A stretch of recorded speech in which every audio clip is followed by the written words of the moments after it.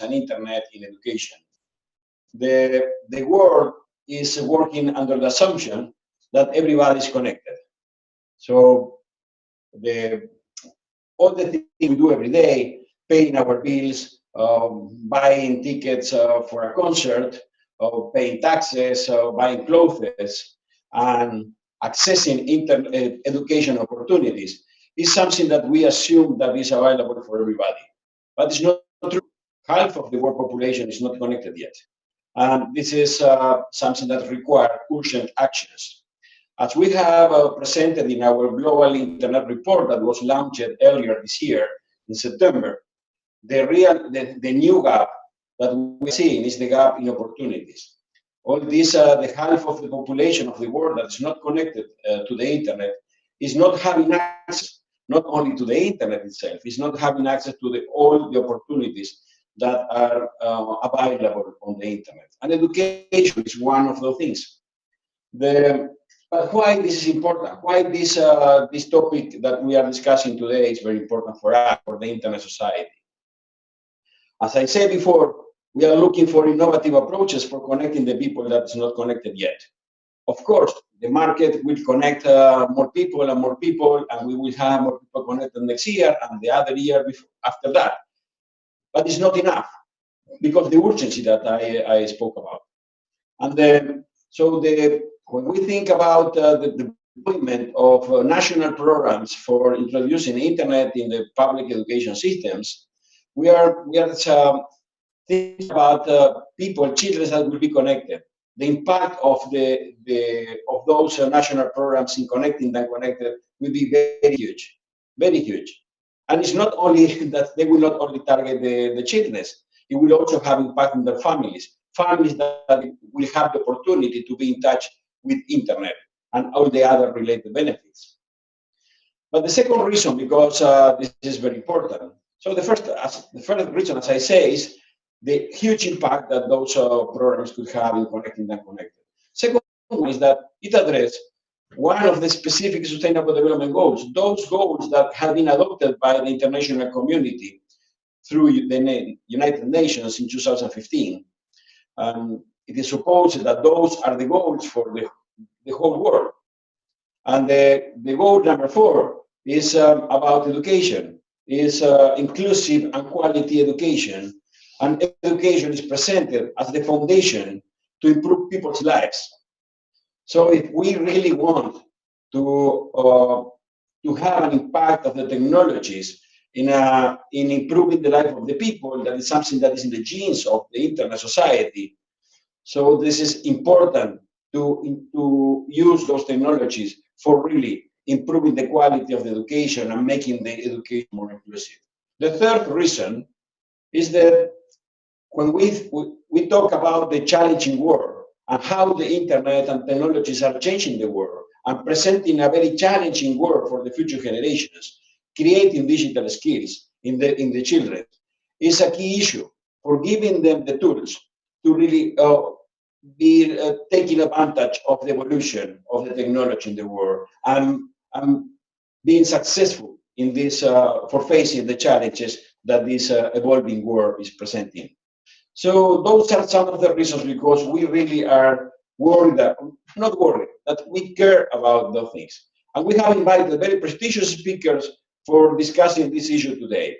And I will pass the floor to the moderator. And I thank very much Beppe Trassini. Beppe Trassini is a senior specialist in the Network Economies Program of the International Development Research Center, IDRC of Canada. IDRC is a very prestigious organization that have played a very important role in the development of ICTs and internet around the world. He then previously served as director of the Institute for Connectivity in the Americas, ICA. He was policy advisor to the General Secretary of the International Telecommunications Union, ITU, and a member of the Executive Secretary of the UN ICT Task Force. And is well recognized in Latin America for his contribution to the internet development. He was awarded a few years ago with the Trayectoria Award that is presented by LACNIC in Latin America to the people that have played a significant role in the evolution and development of internet for Latin America and the Caribbean. So we are very proud to have you, Ben, here and participating in this forum. So the floor is yours. Thank you very much. Thank you, Raul. Thank you very much for the presentation. It is a pleasure and an honor for me to be invited to moderate this panel. The topic is extremely important for the present and the future of our societies. The panelists you managed to bring to this table are of excellent and top quality, so it would be a pleasure to moderate this session. We will try to make this session as fluid, flexible, and interesting as possible. Therefore, we will do only one brief presentation, and then we will move on to discussions and questions with the speakers. We will do the presentation by Dick Hasted on research recently carried on by his institution. And then later I will introduce the speakers and we will start with discussions, questions and answers by the speakers. For those participating from the community, as it was indicated before, for those that are joining now, please, we encourage you to post questions on the chat and to raise your hand if you want to make any comments or participate in any way. After the exchanges with the speakers, we will open the floor for questions from the public. We'll take 4 or 5 questions and 2 or 3 direct participation from the audience. So with that said, let me introduce Mr. Dirk Hasted. He's the Executive Director of the International Association for the Evaluation of Educational Achievement. He has very interesting research to share with us. So please, Dirk, the floor is yours. Thank you, Ben, very much for this introduction. I think we all share the opinion that internet is a very important area of expertise that we need, and digital literacy is important for the world. And not only that half of the world is not connected, as Raul said, but for the other half, it's questionable if they can deal and operate in that area. So I'd like to share some results of our studies which can give you some input on that.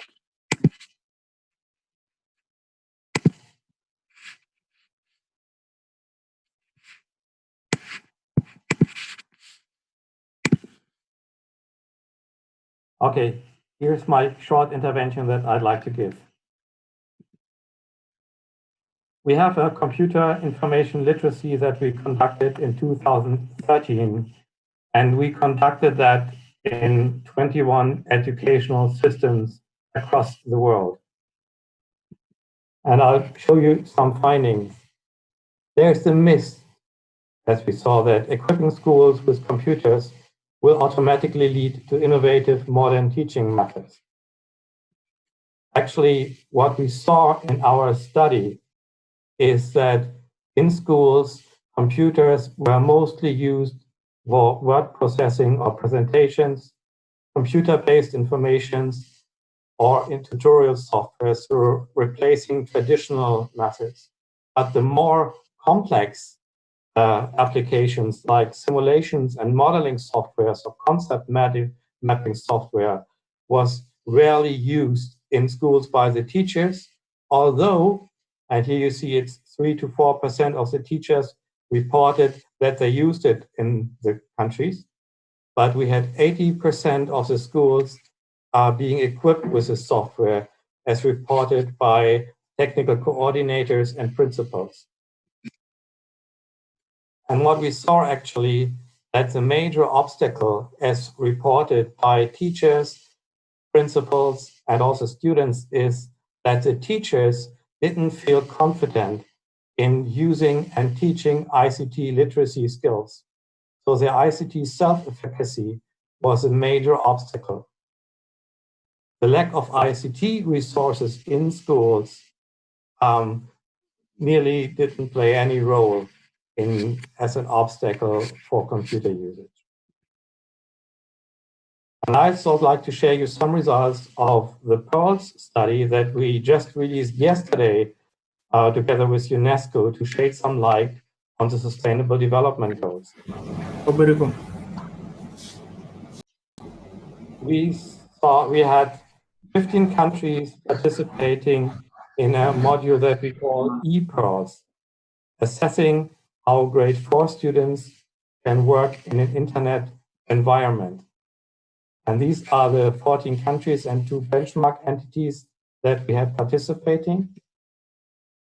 And we presented students with a simulated internet environment, and a teacher avatar gave them the task to respond to some questions and maneuver within the internet that we provided. We saw that Singapore was the top performing country, followed by Norway and Ireland. And the students in all participating educational systems were good to excellent readers. And they also reported a high degree of self-efficacy of computer use. One thing that I found very interesting is not the amount of time that students use computers, but what they use them for, what played a major role. So 34% of the students reported to prepare reports for schoolwork at least 30 minutes per day. And their achievement in reading was much higher than those who spend less time. Actually, the usage for other purposes like Googling or so did not play a major role. We also saw that a high access of digital devices at home had a high impact on students' ability to work effectively in the internet environment. Yeah. Sorry to interrupt.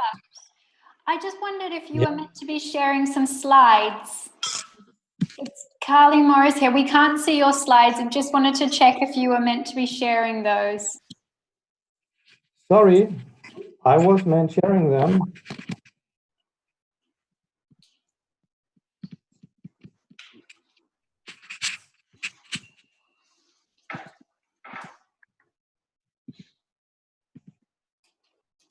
Sorry about that interruption. I just think you were referring to some slides. I just wanted to let you know we couldn't see them. Thank you very much for that. That's okay.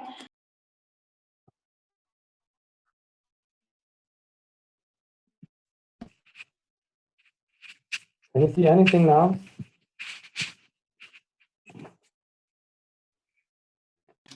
I think you just need to select the PowerPoint screen when you click share screen. Yes, and then the PowerPoint slideshow on the right, I think, is the one that you're meant to be sharing. I did that before.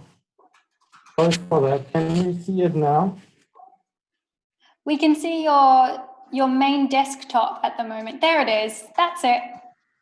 Thank you. Well done. Sorry, there seemed to be some delay in this connection. Well, actually, I'm sorry that you couldn't see my slides, and I think we can provide them later on. What we found actually is that the major obstacle of students in schools using computers seem to be that teachers don't feel confident in using and teaching computer digital literacy skills. And that was reported throughout all participating countries. And we have seen that it's a topic that can be taught. And we also see that students who are not taught these skills in schools will not taught at all. So there's a big risk of a digital divide. Thank you.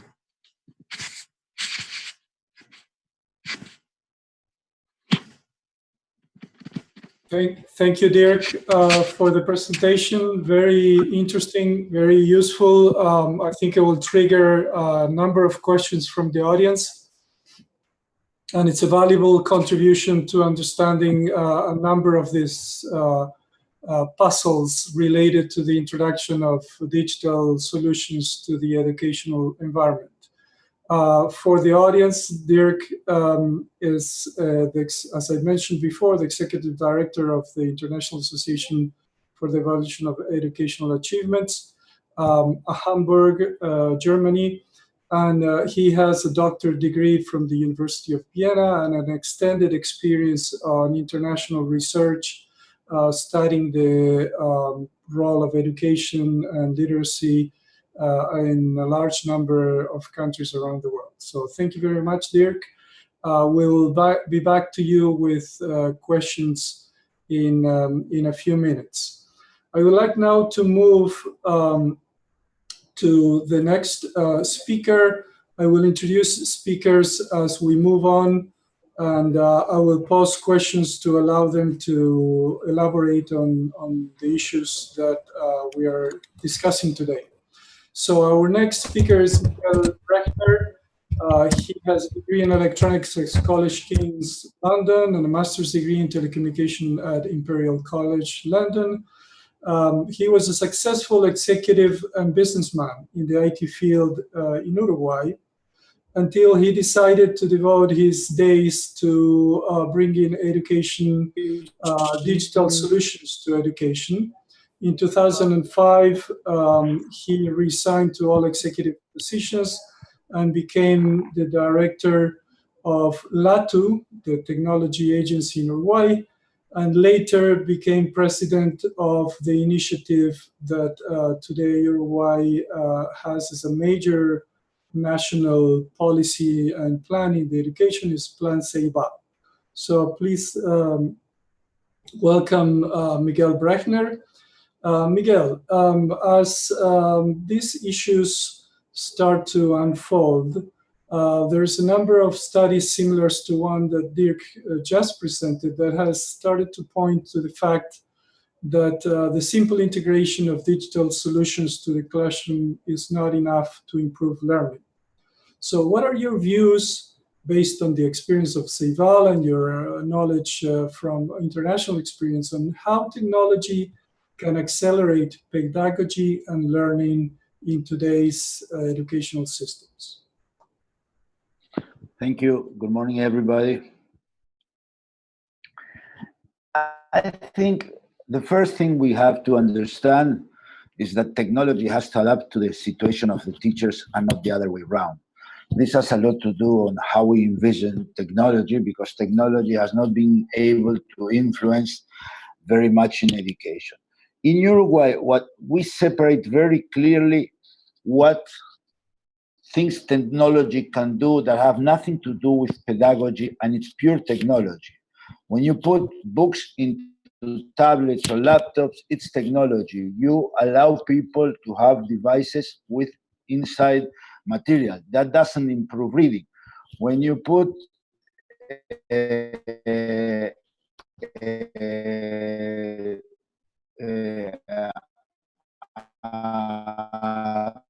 platform to access homework, is technology. It has nothing to do with pedagogy. So we've separated very thoroughly technology to help the access of books. You have to have other things, and what we expect to do with pedagogy. And in the pedagogy side, we want technology to be, there is not the main issue. Technology has to be transparent. For us, it's very important to, we can discuss that later, is if of problem solving. We want he appears at the end where he finds that to solve a problem, he needs to build a robot, or he has to put a sensor, or he has to do other things, use a camera, but not how do we push technology? We have to push problem solving. So if you have to push problem solving, at the end of the day, mathematics, physics, chemistry will be mixed with robotics, with sensors. So that's basically how we envision. Either it's a pure technology issue, and then we don't mind. I mean, we have video conference equipment. in all the public schools that are urban, and we are teaching 80,000 students a week English, and this is done with teachers all over the world. But that you need a fiber optics, high quality video conference, and then the teacher can be in Philippines and the students in Uruguay, and the dialogue is perfect. But that doesn't improve the pedagogy. It improves that you learn English instead of having the teacher in the classroom. We have the teacher remote. So we need to separate very clearly about problem solving, and then how technology is simple and accessible. Thank you very much, Miguel. Very, very interesting contribution in that sense. Let's move to another part of the world. Let me move to Jordan, where we have Shireen Yaqub. Shireen is the Chief Executive Officer of EDRAC. Shireen is leading this initiative in the Arab world with online learning platforms. So we will let her explain a bit more what is EDRAC and what it does. But let me say that Shireen is a certified instructional designer from the Association for Talent Development and holds several certificates from Harvard University and Georgetown University and Georgetown Institute. So Shireen, tell us a little bit more about EDRAC, purpose, vision, achievements, and why is open educational digital content in Arabic so important in the MENA region?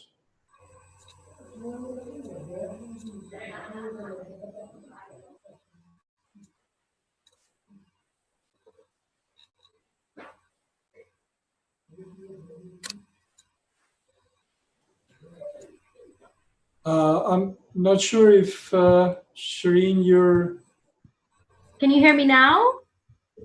Yes, I can hear you now. Yes, not before. All right. Hello, Thank welcome. you very much. Thank you very much. Hello, everyone. I'm very happy to be here with you today, and I look forward to an exciting discussion. EDRAC is an initiative of the Queen Rania Foundation for Education and Development in Jordan, and it's a platform that offers free, high-quality online courses in Arabic for learners across the MENA region.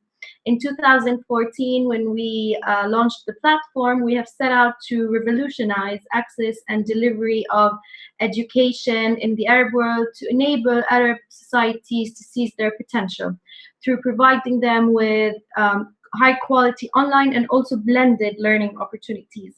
So since our launch, we have offered around 79 MOOCs, massive open online courses, and we have reached to date 1.5 million learners from across the MENA region.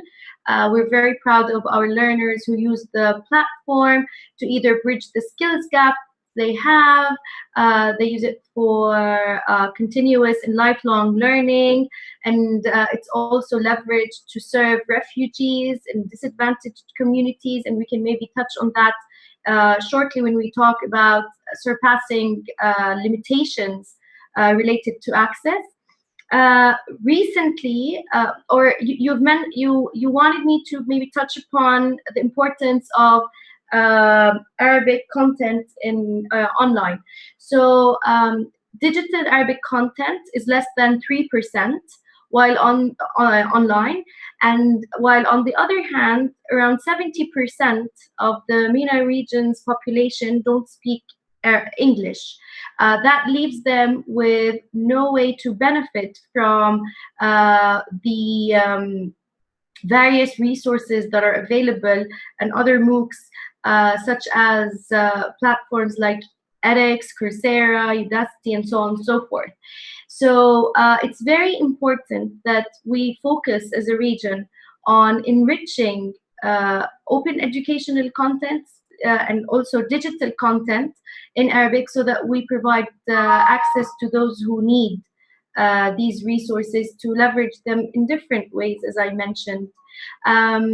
I'd also like to touch upon our expansion into the K-12 space. We have recently received a grant from google.org, and we are upgrading our technology to offer new learning modes. In addition to the sequential learning mode, we will also have a search-based mode that will enable inquiry-based learning.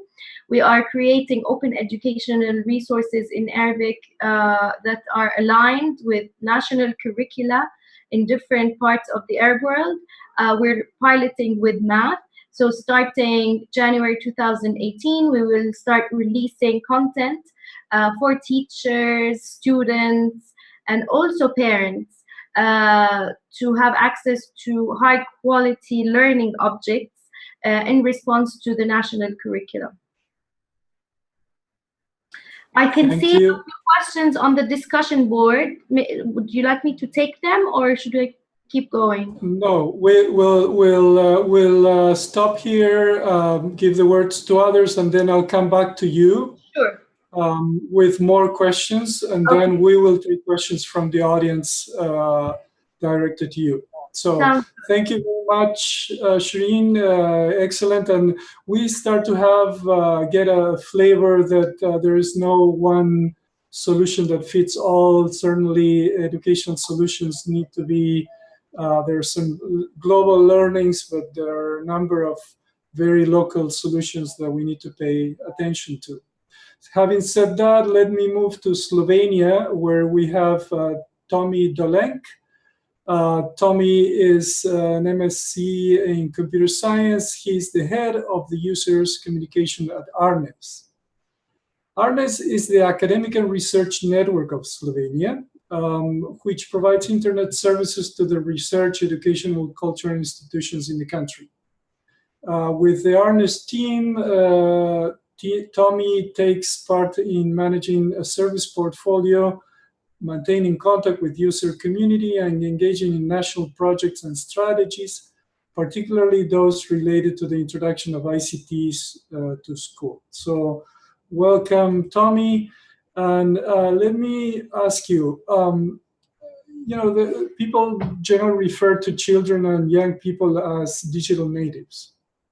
They certainly will live in a world in which artificial intelligence, automation, online work will profoundly transform work as we know it today. So what, in your views and in those of people in Slovenia, think, what are the skills that can and should they master to thrive in such a digitized world? Also, there's a buzzword that we often hear these days related to computational thinking. What does that really mean, and do you think it is an important skill for the 21st century? Tommy? Hello, can you hear me? Yes, we can hear you. Okay, hello everybody, and thank you first for inviting me. I feel really honored to speak at this forum.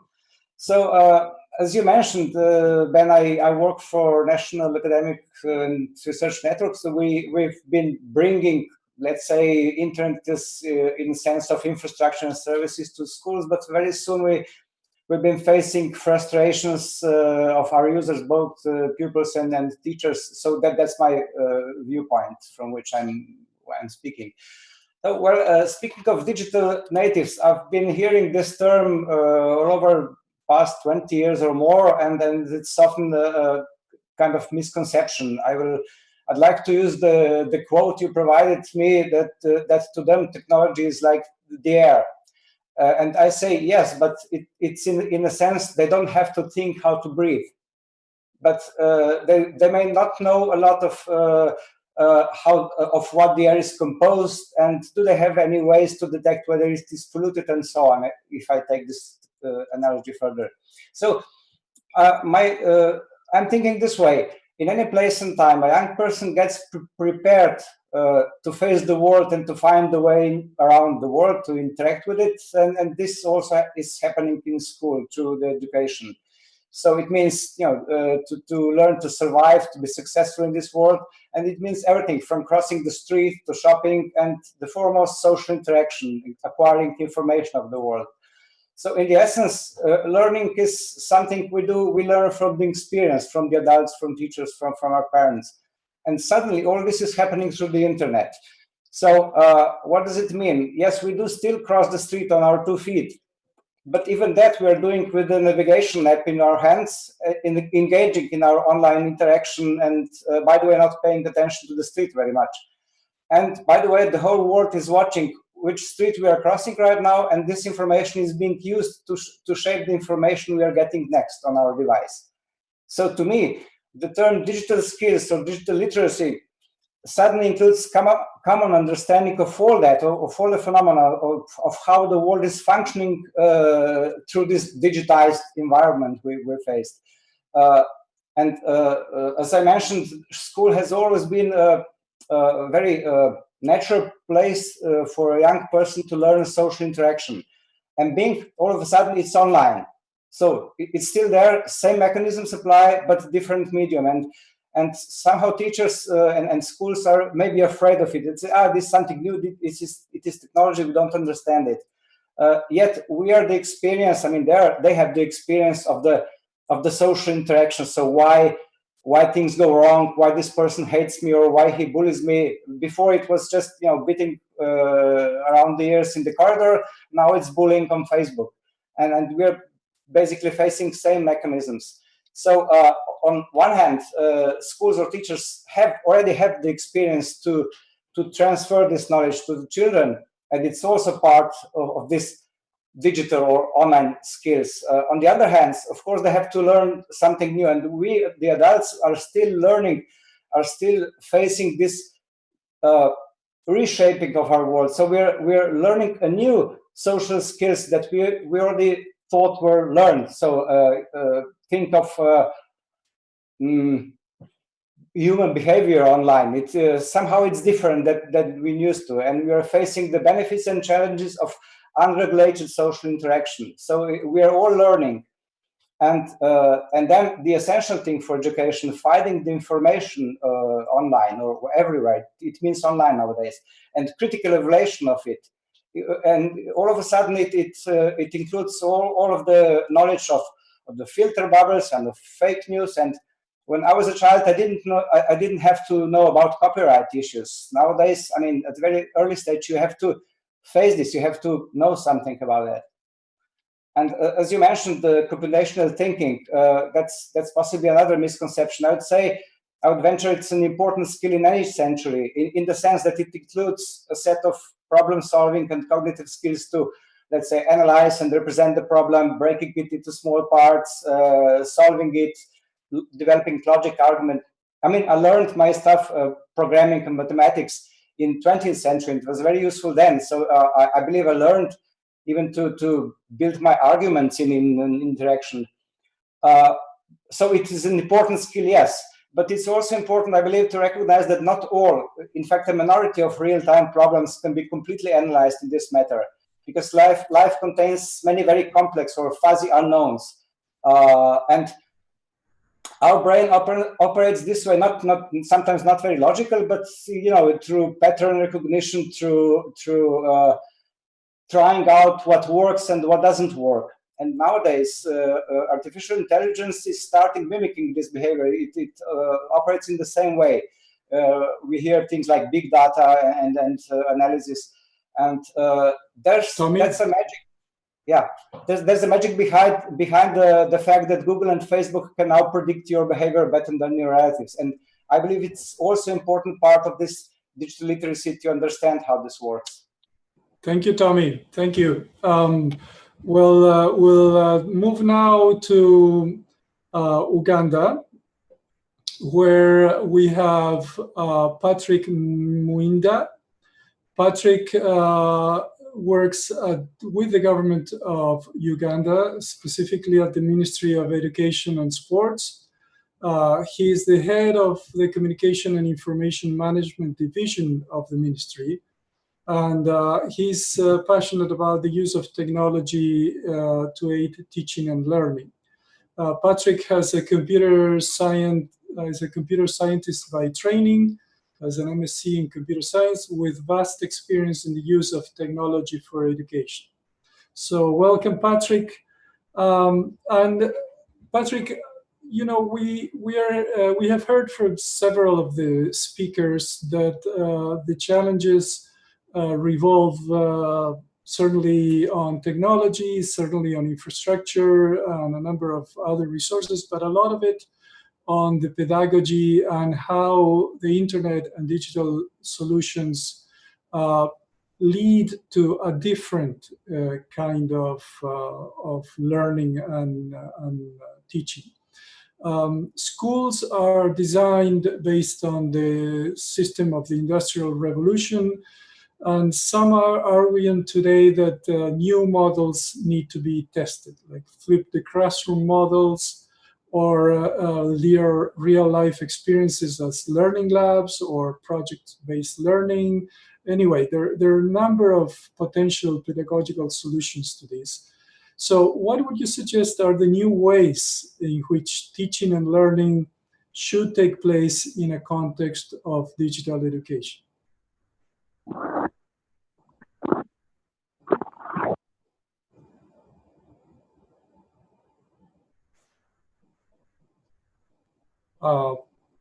We cannot hear you, Patrick. I don't know if you're unmuted. I'm hoping you can hear me now. Yes, now yes. Now yes, we can hear you and see you. Oh, thank you very much, Mr. Moderator. Good morning. Good afternoon for you. Yeah, thank you. Our situation back here in Uganda is very, very interesting.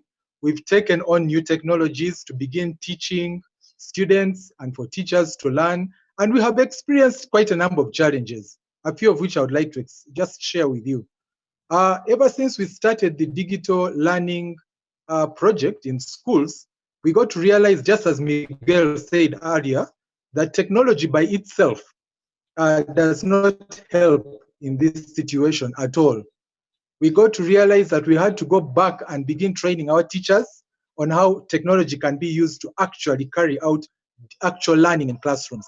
And when we did this, we got to realize that the grades of the children actually started changing, not so significantly, but especially in the science subjects, we began to realize a change.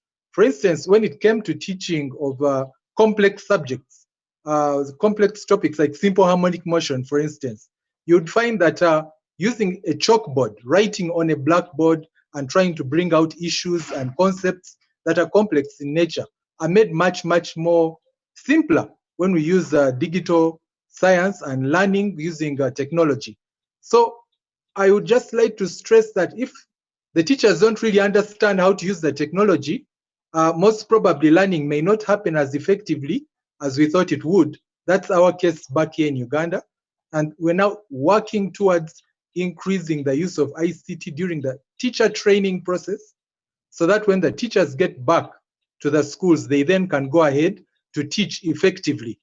Children and students at schools are also allowed to access these computers, and we have policy issues where use of gadgets like handheld mobile devices, use of a computer or laptop in school is still a policy issue. So this is something we're working through, and we hope that very soon there'll be policies that will allow students to have this technology. But I'm a firm believer in technology for education and use of technology to teach and to learn. That's what I'll say for now. I'll wait for further questions. Thank you very much. Excellent contributions. Thank you. Let me go back to Dirk that opened the floor with a presentation of a study. Dirk, you know, there's a significant problem in the way the educational system is currently designed, so much that most students in most countries suffer from a lack of interest, a lack of motivation. It's one of the drivers of deficient learning and significant dropout of in secondary school. do you think the internet can make a contribution to change this situation, to stimulate motivation, interest, curiosity, so that students would engage more genuinely in their own learning process? Dirk. Thank you. I think that's a very good question. And what we found actually is clearly that in our assessment, if we have the computer used and have the assessment in a computer environment, students seem to be much more motivated to do these assessments.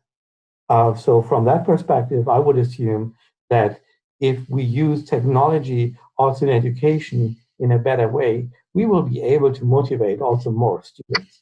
So in that sense, I think it is a clear yes. And actually, the feedback we got when we conduct our studies in 50 countries and more is that the students sometimes really appreciate it and have fun doing these assessments. Can you imagine? So in a paper and pencil world is very different. But in a computer environment, I think it is engaging for students. And if we use this, I think we can make a big step ahead in terms of education too. Thank you, Dirk. Thank you very much. An excellent contribution to this very important issue. Let me now move on to Shireen and Miguel, both. You both have been responsible in several ways for initiatives that have gone from small-scale interventions to large-scale deployments. And there is certainly a big challenge in moving small solutions, digital solutions, to very large interventions. So my question to both of you, and let's start with Shireen first and then move to Miguel, ladies first.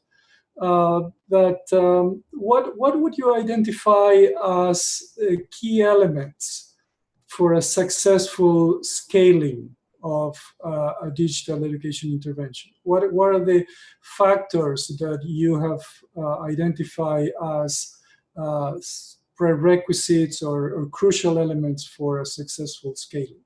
Shireen?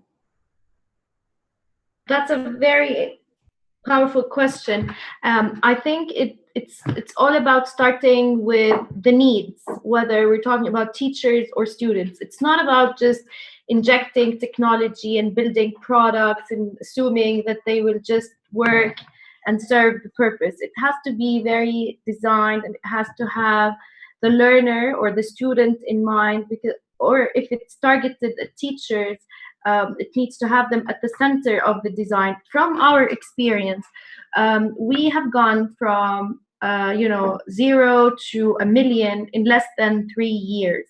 And if it has shown us anything, it has shown us that there is a huge appetite for open online education, at least in the MENA region. And this is the region that I'm speaking about, but I guess it's pretty safe to assume that the situation is similar in other regions. So from our experience, it's about how to build the product in terms of thinking through the product and content development roadmaps, building the right teams, and piloting with minimum viable products before investing too heavily in solutions. You pilot with an MVP, then you keep iterating based on the feedback you get. And with technology, you can get access to data analytics. So we have leveraged the data we've been gathering for 3 years now to better understand the needs of both our teachers and students who are using the platform. And we have made so many changes, whether to the content that we offer or the technology itself, through integrating these needs and responding to them. Thank you very much, Shireen. Miguel, your experience, and please. Yes, I would summarize in a couple of different points. First of all, it's just to make it clear for everybody, Uruguay has around 700,000 students with either laptops or tablets, with internet in all the schools, with fiber optics in all the urban areas, okay? So the first thing we have to understand is you need a separate institutional design, a separate institution to do this. This is a very complex thing, and one of the mistakes that many countries do is they put it into the Minister of Education. It's like building airplanes inside the Minister of Education, right? It's a complex, very, very complex issue, right? So a good thing is to have a separate institution. We are like an agency for innovation in pedagogy and technology for the educational system. Our purpose is to serve them. It's very similar in a way to what CARIS does in Korea, right? So we need first an institution, a different design, who does it. Second thing is you have to be very clear what you have to do and what you don't have to do. I mean, if the first objective is deployment of technology, you have to deploy technology without promising anything in education. If the second objective is after deploying technology, we do platforms for education, we do pedagogy, we have to be very clear, because in the past, the biggest problem has been to promise a silver bullet that does not exist. So it is very important to put the objectives for this institution or for the program. The fourth issue that's very important, it has to be sustainable. And you have to understand how much does it cost. In Uruguay, a student in public education costs around $2,000 per year. Our program costs $100 per year. So that's 5% of the cost of the student. So that is feasible to do a program like ours. If it would cost $10,000, it would be impossible. And it's very difficult to do it for less than $100, including laptops, repair of the laptops, all the platforms involved. And last but not least, you have to have a mentality of what they call it now of lean management. You do things, you make mistakes, you have to correct them, right? And that has to, we go back to the first point of a different organization. It's very difficult in traditional educational system with thousands and thousands of people that when you make a mistake, you correct it the same day.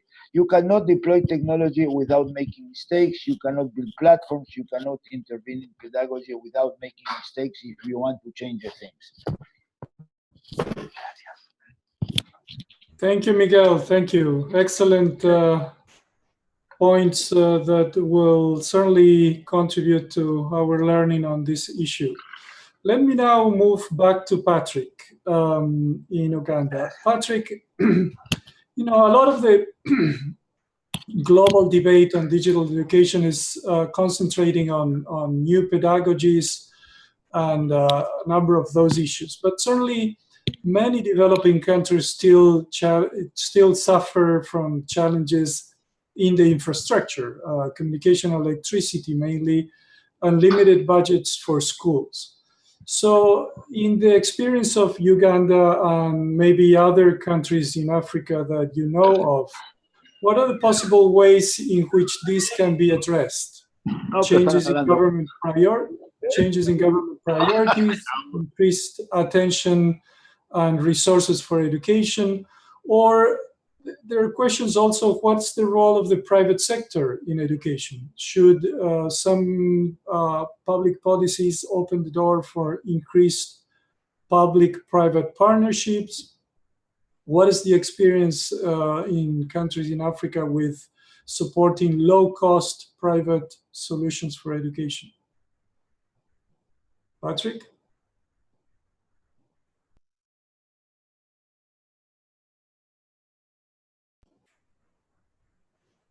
We cannot hear you.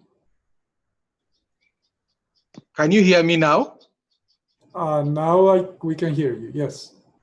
Yes, thank you very much. I'll start with the last question. We believe very, very strongly that the private sector should be part of the education enhancement and use of technology in schools. So we are actually partnering with the private people, with the private sector, to partner together with the Ministry of Education in order to reach out to students in schools. But you mentioned something very, very key and very important, and that's the fact that we have infrastructural type challenges, especially schools which are deep, far away from the city, in the rural areas. So what we have done here in Uganda is to use renewable energy sources for power supply for computing devices. We've partnered with various companies and organizations that have worked with us to provide solar-powered computers, which require very, very minimal amount of power. And these are being used in schools together with solar power and batteries. But this takes us back to the issue of sustainability. We've realized that maintaining solar batteries and panels is a very expensive venture. So yes, it takes me back to the question you asked about partnering with the private sector. We do partner with the private sector and various education development partners who do support us in various using funds from various sources in order for this sustainability of use of solar panel equipment, batteries and the like to keep on powering these computers back in the schools. But this also goes back to what I mentioned earlier. When all this technology was taken to the schools initially, we got to realize that the technology wasn't being used. It wasn't being used by the students. They didn't know what to do effectively because the teachers couldn't help them, because the teachers also didn't know what to do then. So my advice is, and I would like to emphasize, that the teachers must be properly trained to use this technology. That's something that I really, really stress from experience, because we've had disastrous investments where so much money has been put into ICT in education, and the computers are left in the boxes and not even set up to be used because there's nobody who is willing to get embarrassed, because here the students will simply laugh at the teacher if the teacher is unable to use the computer. So many times the teachers need to save face and don't want to lose out on how the students perceive them. So they simply decide to shun the technology and stick to using the blackboard and chalk. So this is something we're really working through, and we hope and trust that ICT in schools and in education will be something that will be embraced effectively after we've succeeded in the current strategy of training the teachers so that ICT may be used very effectively for pedagogy, both teaching and learning. Thank you. Thank you, Patrick. Excellent contribution. Thank you. And then we'll go to Tommy for the last question posed by the moderation. Tommy, there are a number of studies recently that have started to point out to the issue that maybe technology in the classroom might be undermining the learning process of students. And I understand that you're also quite interested about the role of cell phones in education, smartphones. What would you respond or react to this issue? Do you think it's good to have technology in the classroom? Do you think the classrooms should concentrate on not technology environment, that the technology can be used before or after the classroom? Please. Thank you. Well, this is by no means a trivial discussion, and I'd much like to learn from my fellow panelists what they think about it. We are currently having a very hot discussion in Slovenia among teachers themselves about this very issue, because it's all the same story. What do we need of technology in the classroom to make learning and teaching better? And of course, there's no simple answer to that. I've seen teachers doing wonders 20 years ago with simple email and chat and simple pages, and now with every available technology. I am no expert in pedagogy, so I can't speak much of learning methods. But I read and understand the research that you mentioned, showing that device itself is a distraction, and it's sometimes very intuitive. And speaking of these devices and constant online presence, of course they are both. They're very useful tools and they are distractions. So the way to use it, I mean, it opens a whole set of questions. So for example, how to control it. If you're talking smartphones or mobile devices in the classroom, you know that apart from being a distraction, I mean, in seeking the information out, they also use it to do other stuff or to cheat with the answers. And so, how to control it? Do you want to control it?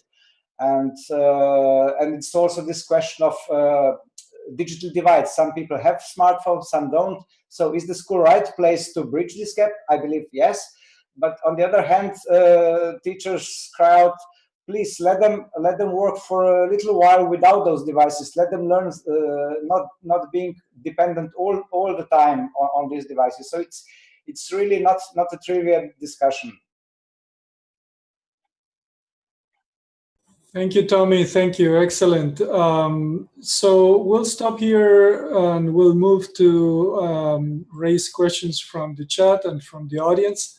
And in that sense, unless the question that was posed has a specific person to respond, the floor is open for any of the panelists to respond. So let's pose the question that Micheline from Burkina Faso have just raised, which I think it's an extremely important one, and it's how to enable and promote access to ICT and e-literacy for girls. The whole issue of gender equity and gender integration and mechanisms, policies, and strategies to raise the opportunities for girls to be educated and to be part of society in a more equal manner. So the floor is open for anyone in the panel that might want to respond. If no one responds, then I'll take the prerogative of picking one of you for the response. Please, go ahead.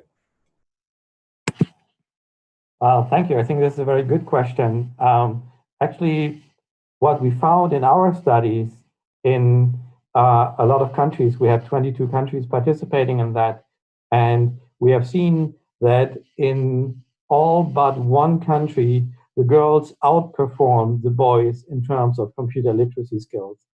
So I think it's also one of these myths that computers are a boys' domain. It is clear that we have in a lot of countries still the issue that girls are sometimes left out of the education system. But I think as soon as girls are included in the education system, our results show that their achievement in terms of computer literacy is rather high, and they outperform their male counterparts. Thank you, Dirk. Any other panelists that want to take the challenge of responding to this? I think that, I mean, in our experience, when motivated, everything works fantastic. Still, there's a big push that we have to do to encourage girls to be more participative. And we are doing that, we are promoting that, we are pushing more and more girls into the robotics and the programming and the computational thinking fields. It has to be a collective work to show that this is not a man thing, quote unquote. And at the same time, it is very, very important that we have to go and understand what the tests look like if there's not biased against the girls instead of men. So there has to do, it has to be one, as we have to get in one of the big missions, not only to have the technology access to all the bridges that put the girls in a less favorable condition than boys.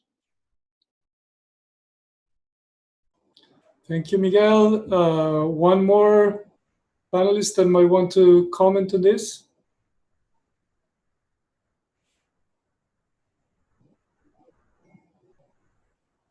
Shireen, I don't know if you're experienced in MENA region.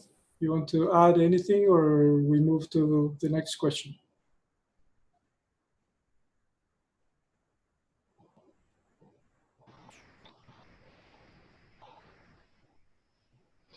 Lars, raise hand. We can, if you're speaking, we cannot hear you.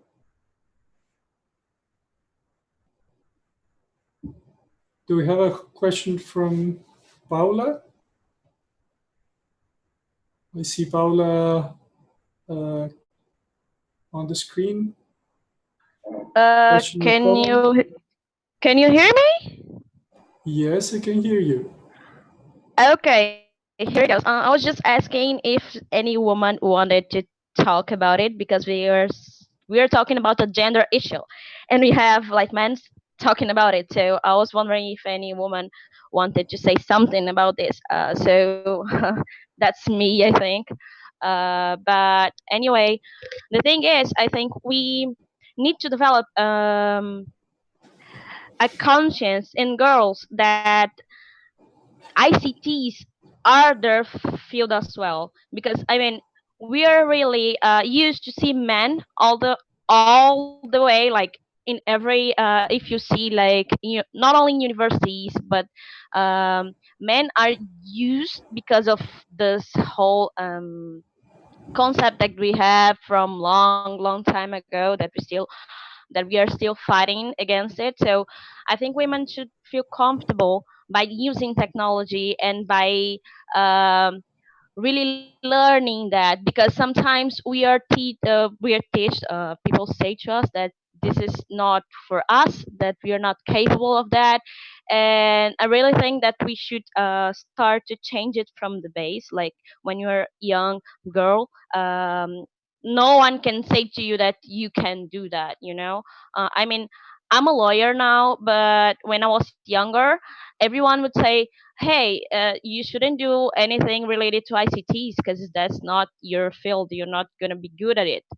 So starting with girls like in really young age, for them to feel comfortable with that, to feel confident, and to really try to breach this gender gap, because we do have this general thinking that women are not capable. Then that's not definitely not true. I mean, I've seen a lot of people, a lot of really great women, and we need more women to feel like represented, to see them talking about it, to see them showing to other girls, to other women that we are capable. So it's the whole educational from like young women, young girls, see themselves, really empower them to feel comfortable with it. So I'm sorry if I think was it. Thank you, Paula.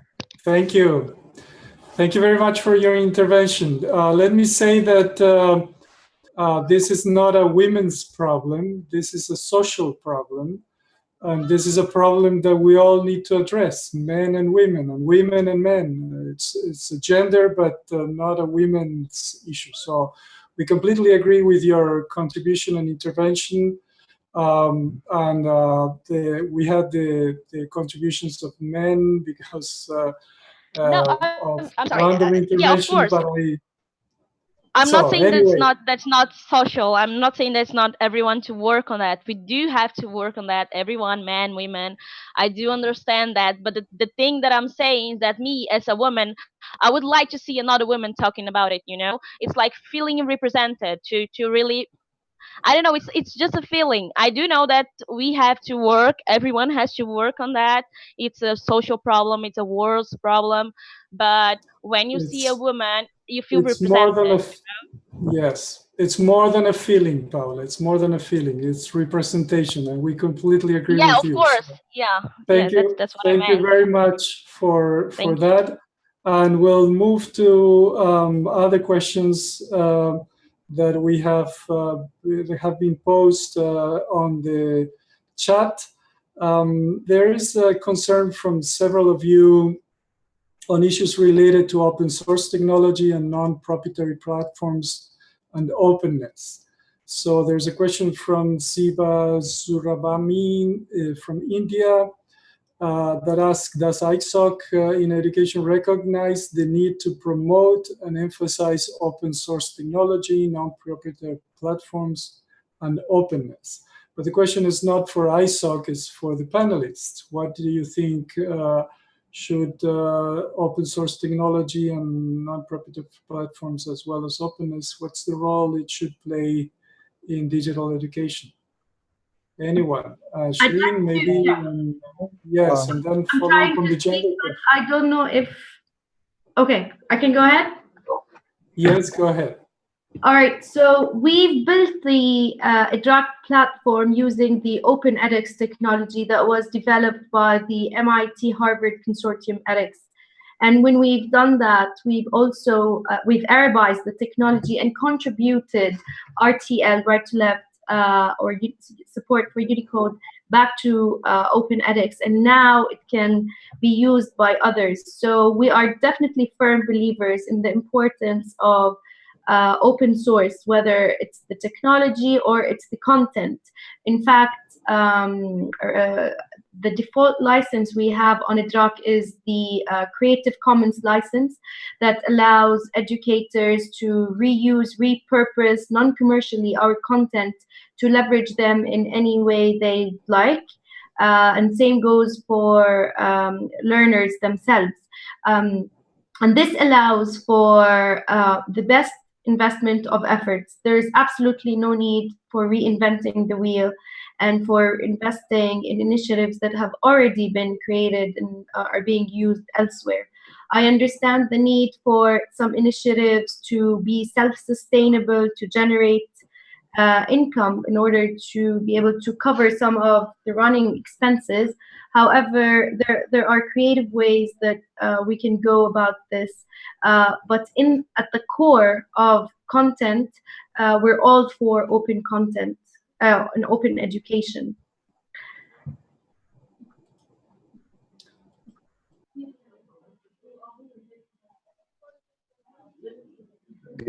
A few comments. Our Plan Ceibal is full. It's a full advocate of open source. All the computers in the hands of the kids are open source. But as I said before, for us, it's very important what's our mission. Our mission is to empower the educational system with good technology and with good software for improving learning. And at one point, even though we were fully open source, we had a problem because we had to solve the issue of the blind children. I'm talking to you 10 years ago. There was a solution that was open, and there was a solution that was private, let's say proprietary. And the blind people wanted the teachers for the blind children and the blind community advocated that the proprietary solution was much better than the open solution. And we decided to buy it. So we need to be flexible. We have to understand what's our goal. I am a big defender of open source. Obviously, most of the stuff has to be in open source. But if you find something that's incredibly good, like a game to learn things in mathematics, and it's not in open source, what do? You don't buy it. You don't install it. It's a complicated issue. Our main mission is to improve learning. Thank you, Miguel. I see Karim raising hands. Karim, please go ahead. Thank you very much. I am from Bangladesh, Mohammad Razaul Karim.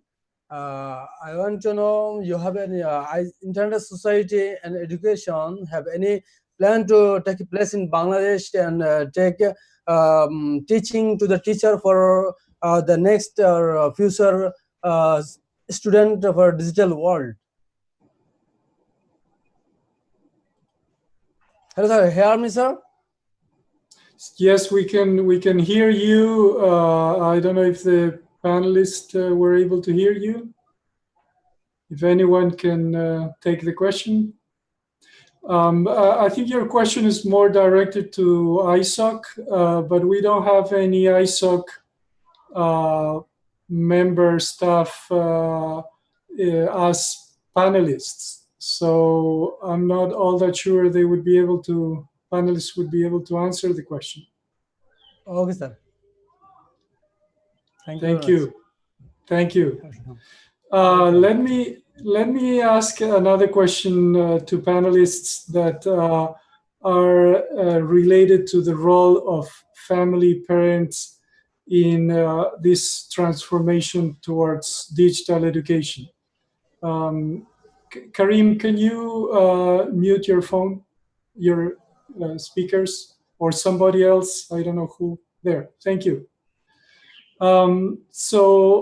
There's a very important role, I think, personally, that family and parents could play or should play. So Lenny is asking, is anyone focusing on family context for digital so that young people and their parents and other siblings can learn together and from each other? Also, Joyce is asking, how can parents influence the school and teachers to support digital skills development? Before anyone answers, I'll like to bring a brief anecdote. We at IDRC support digital education projects around the world. I'm personally working on several of them. And we have one in Colombia where computers are being integrated into schools of low-income communities. Parents have been a key part of this process. And it was interesting to learn that they were invited to the university because the local university, AFIT University, is involved in the project. They were invited to the university to learn about the project and to participate and to be taught and so on. This going to the university made them lose the fear that they had about higher education. They started to see the university as a place where maybe their children one day could go. And that dramatically changed the whole attitude towards education and learning of the parents. There were interviews on them, and they said, well, you know, I'm not anymore afraid of higher education, and I want my children to go to the university. And so they've been pushing hard their kids to study and one day go to university. So my question to the panel, posed by a number of those in the chat, is what do you think is the role of parents in this process? In what ways a program or a policy should integrate them into the learning process? Maybe some of those that have not commented before, Tommy, Patrick. I'm trying to put up my hand. I don't know if you can see it. May I proceed? Oh, yes, now I see you. Please, go ahead. Thank you so much. I would like to say that we as a country already have students receiving work, homework that's supposed to be done on a piece of paper, on a book or something, being actually submitted online, where the teachers are where the parents are supposed to work together with their children. And when this happens, a parent then does this and also causes the other children to come in and want to participate, to learn and see how a sibling is doing work online. And when this work is done, it's then submitted online. So I think your question is very pertinent. Families come in to help a child to appreciate the technology, but also to enjoy doing the work. And the outcome here is better grades, because the child is not all by themselves. They're actually working together with the parent and with the children around at home, with the siblings, and it makes the whole learning process, the process of doing their homework very, very effective and has a very positive outcome. That's what I thought I should share with you as something happening here in Uganda. Thank you very much, Patrick. Excellent contribution. Shireen, I see that you want to comment also. Please go ahead. Yes, because we're launching in January, I won't be able to share the results now, but I can talk about our vision. We will be launching features for parents to be engaged with the learning of their children. Oftentimes, we hear stories from parents struggling with private tutoring and all the costs that are associated with that, or that they are not educated, especially in some disadvantaged communities, that they are not educated to the level where they're able to help their children in certain homeworks and concepts. In addition to these two segments, we also hear from parents who would like to engage with their children's learning. They'd like to use the time the family spends at home and direct it towards something useful. There's a huge uptake among children nowadays for the use of technology, but it's mainly directed towards fun and entertainment. What we're trying to do with the new platform is to introduce features and introduce learning objects that are delivered in a fun way. It's like an edutainment approach where they can also engage with the content beyond the classroom work. Obviously, the content can be used for remediation or scaffolding, and also accounting for high performers who are not satisfied with their experiences in the classroom. So through this platform, we're able to link the parents' account with their children's account so that they can also have a data-driven approach to assessing where their children are. And through using adaptive technology, the platform will be suggesting content and providing them with additional content that they can review in the form of playlists to help direct their learning journey. And all of that will be done through a gamified approach that will excite both parents and children to engage together in a learning experience.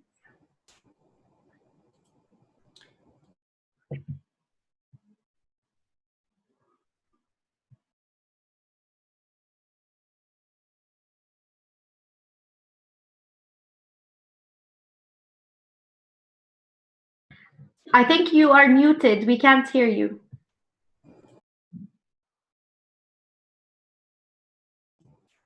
Can you hear me now? Yes. Okay. I was saying that anyone else from the panel that want to respond to the issue of parents and role of parents in supporting education. Tommy? Hello? Yeah. Hello? Hi. Tommy, we have Liliane Com online, so we'll let her participate and then we'll go to you. Okay. Liliane? Yes. Good afternoon, everyone. I'm Liliane Com from ISOC Cameroon chapter. And then, please, I will express myself in French because I'm more comfortable in French. Can I? All right. Yes, we'll do our better to translate. We'll need translation. We'll need translation. Okay, thank you. So then I will first talk about, je vais d'abord parler du premier cas que Paola a invoqué.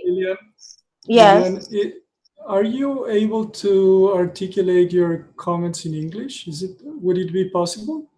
Yes, it will be possible, but I was too slow, so I don't know if I could try that way. Because we might not translate properly. I don't know, ISOC colleagues, if you... Okay, so let me try in English, and then I will go slowly.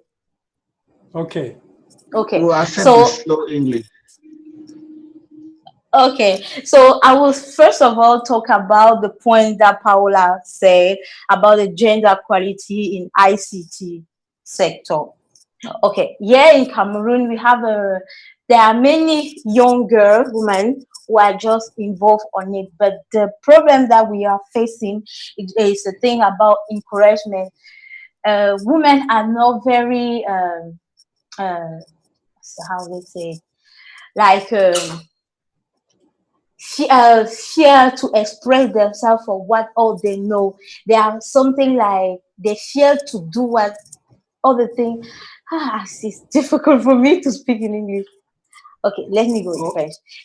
Beaucoup de femmes veulent bien s'intéresser au domaine des TIC ici, mais manque d'encouragement. Elles ont beaucoup plus besoin qu'on soit un peu derrière elles et qu'on leur dise qu'elles peuvent aller dans ce sens.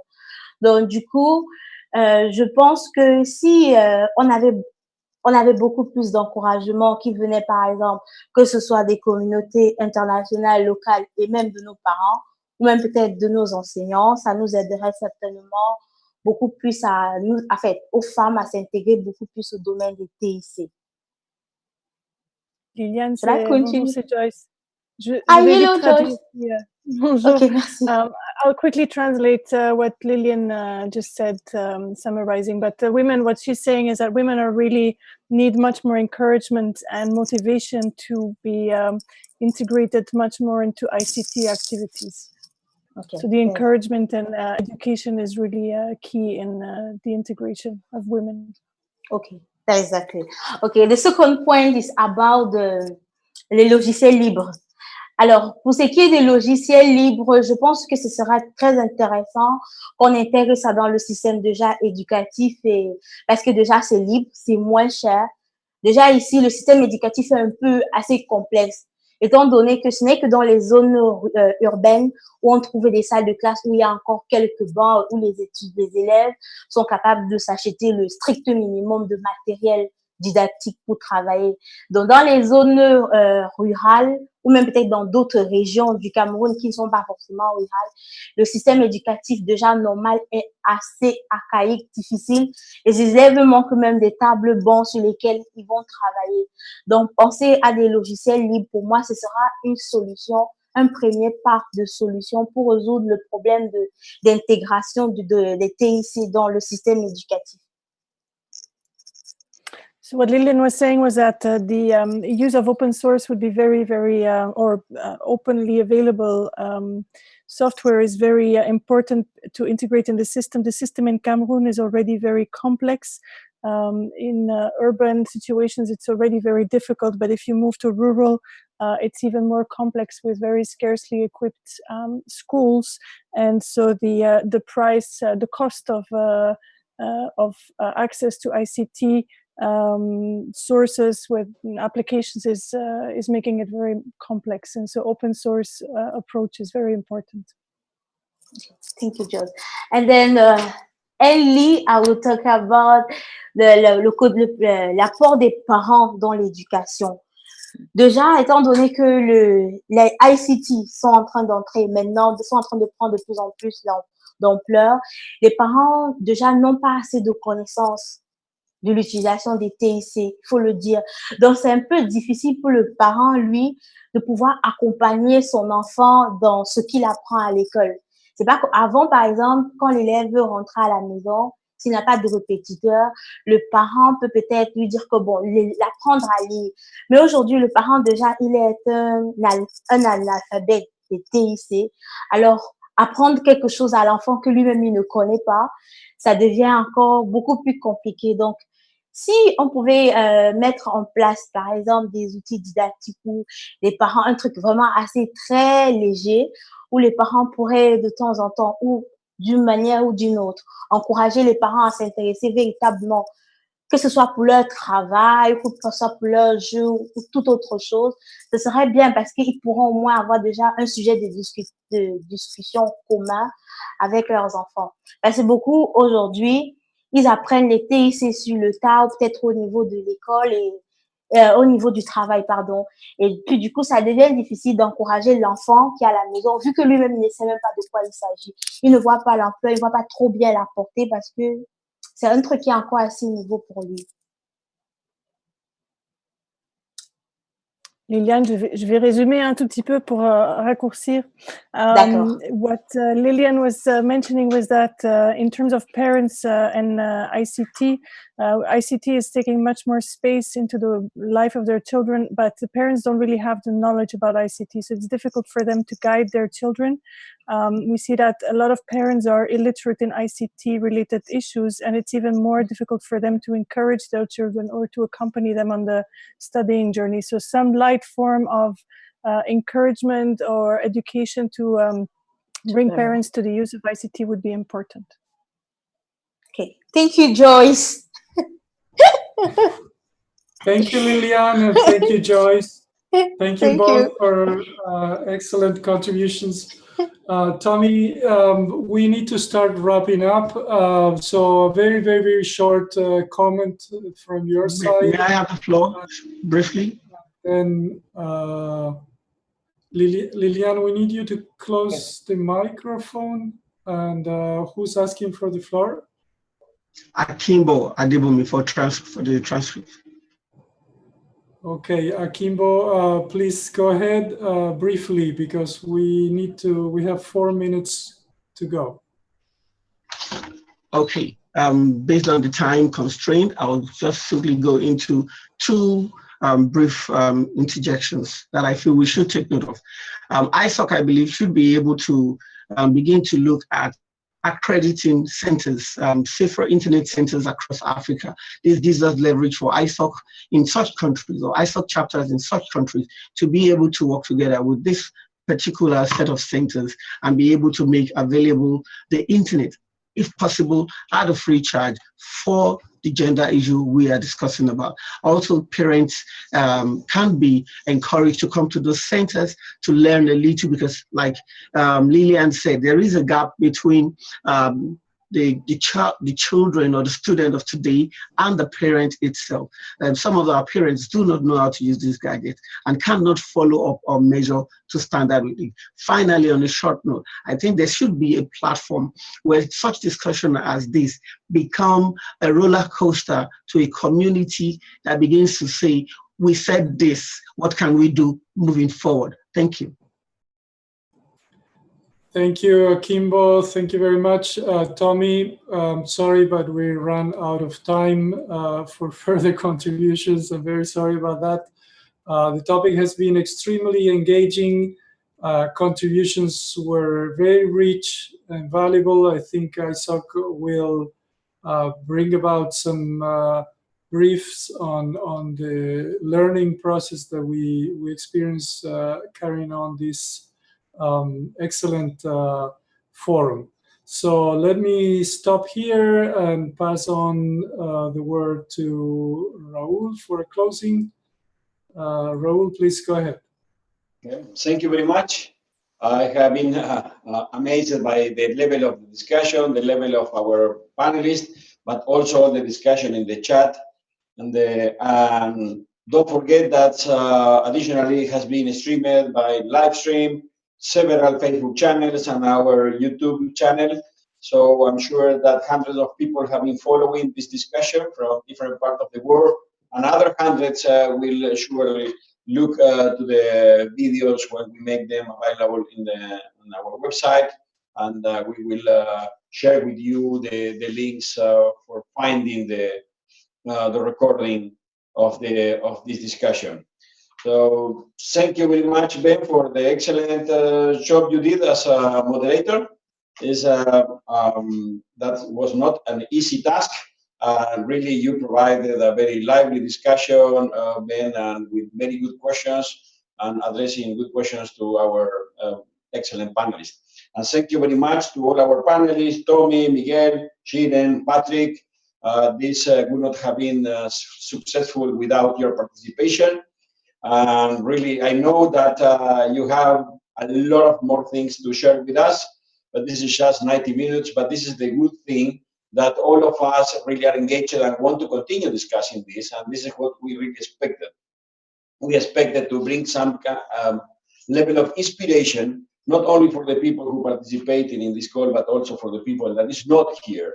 And we need to bring the inspiration for them to really make progress on this issue that is one of the most important topics of our times. And the internet society can play a role here. We do. Somebody asked about what do we do with this. We are working a lot on those things. Our chapters are mobilized. This year, the competition that we organize every year among our chapters, the chapter-thon, is based on internet and education, on connecting schools. So we will continue doing that, supporting our local communities. But we also can play a role doing these kind of things, being a convener, taking advantage of the multiple contacts we have in the multiple levels in all the stakeholder groups, governments, policymakers, education, our community in all the world. And this is what we will continue doing, because this is not just about connecting a few schools. It's not about connecting a few children. It's connecting all the schools in the world. It's connecting all the children in the world for helping the people from all around the world to really have access to the opportunities that are available on the internet and be prepared for the challenging times we are facing. So thank you very much for joining us for this forum, and I hope you continue, Albert, to participate in the future community forums, not only about internet and education, but also about other important things for our communities. Thank you all.